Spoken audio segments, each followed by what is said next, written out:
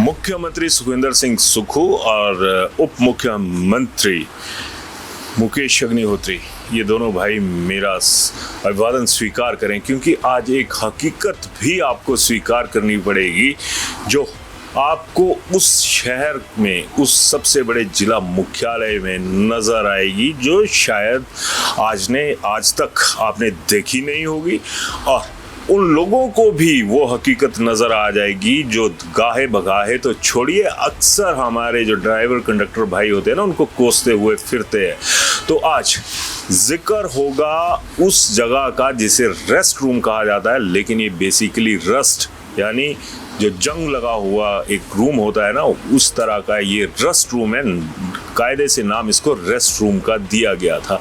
आपको नज़र आ रहा होगा कि यहाँ पर कुछ हमारे पहले शॉट्स बना के गए थे, तब सोए हुए थे, तो अब उठ गए क्योंकि डिस्टर्ब होने की नौबत आ गई उनको भी, वो यहाँ से चले गए। तो जो ऊपर को चढ़ने का रास्ता है, जो आपको हज़ारों किलोमीटर का सफ़र करवाते हैं, उनका जो रेस्ट करने का सफ़र है, उस रास्ते के हालात आपने देखे होंगे। चारों तरफ गंदगी है, और जब कमर सीधी करने के लिए ड्राइवर कंडक्टर भाई यहाँ पे सोते हैं, तो वो जो माहौल है वो भी यहाँ पर आपको नज़र आ रहा होगा। मेरे साथ विशाल थे, तो उन्होंने एक जिक्र किया कि भाई ये तो पहाड़ी में कहा कि ये तहाड़ियाँ कुराते भी गया गुजरिया काम है, यानी पशुशाला भी अच्छी होती हैं। फिर यही वजह है कि मैंने ऑनरेबल चीफ मिनिस्टर और ऑनरेबल डिप्टी चीफ मिनिस्टर, जिनके पास एचआरटीसी का जिम्मा भी है, उनका जिक्र करना यहाँ पर ज़रूरी हो जाता था। और यही वजह रही कि मैंने उनका जिक्र भी किया, और इस उम्मीद से किया है कि आने वाले वक्त में यहाँ पर ज़रूर सीएम साहब भी, डिप्टी सीएम साहब भी कदम डालेंगे और देखेंगे कि किस तरह के माहौल में वो लोग उठते हैं, बैठते हैं या सोते हैं।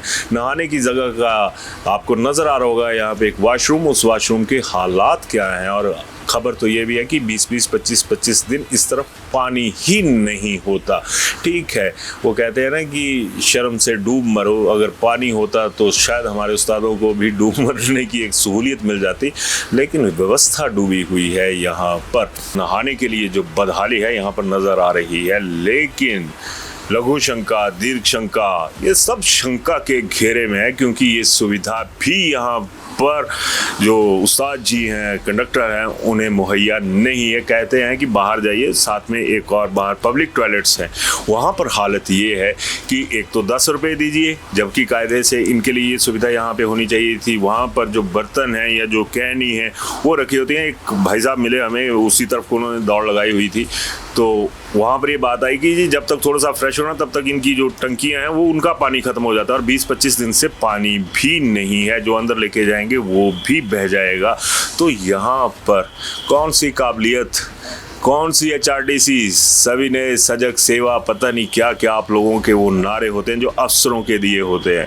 कदर आपसे उन लोगों की नहीं होती जो आपको कमा कर देते हैं, और आप कमा कर भी ये कहते हैं कि पैसे देने की हमारी हिम्मत नहीं है। फिर अपने लिए पैसे का जुगाड़ आप लोगों के पास कहाँ से हो जाता है, अपने लिए सुविधाएं कहाँ से हो जाती हैं।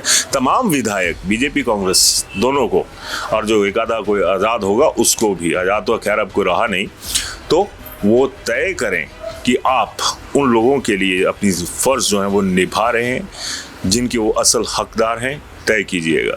और ये उस जगह का एक जो माहौल है वो आपको नज़र आ रहा है, जिसे धर्मशाला कहा जाता है, और इसी बस अड्डे का निर्माण अभी होना बाकी है। तो अब मैं, जो मेरे पास सूचना है कि यहाँ पर ही लगभग 65 लाख के करीब जो बिना बस अड्डे के बने के ही जो पर्चियों के पैसे थे वो एचआरटीसी ठेकेदार को दे चुकी है। और एचआरटीसी के अलावा जो प्राइवेट बसें हैं, उनकी जो ट्रांजैक्शन रही होगी पर्चियों के मसले में, वो अलग रही होगी।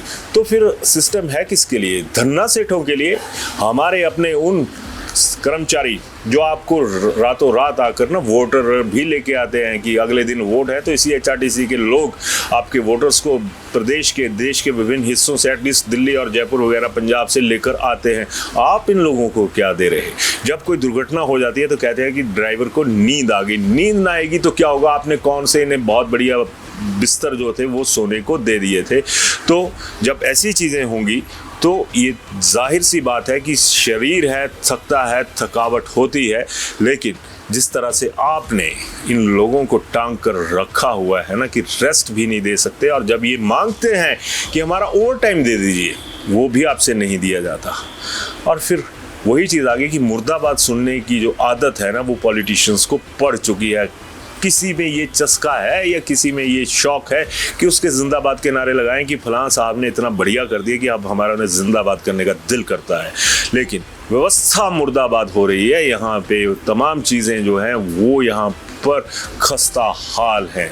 तो आप ज़रूर राय दीजिएगा, क्योंकि ये जितने भी हमारे भाई हैं जो HRTC में काम करते हैं ये भी हमारा ही हिस्सा है, और इन हिस्सों के कितने टुकड़े करके यहाँ पर रख दिए जाते हैं ये भी ज़रूर बताइएगा। धन्यवाद। शिमला होटल, घर के बाहर घर जैसा अपनापन। अपने वेकेशंस को सुनहरी यादों में पिरोएं शिमला होटल के साथ। राजसी वैभव और राजस्थानी आव भगत जो देगी आपको एक रॉयल फील। हिमाचल वासियों के लिए जयपुर में ठहरने का अपना hotel Shimla hotel. Heritage above 1, हवा महल रोड, चांदी की टकसाल, जयपुर।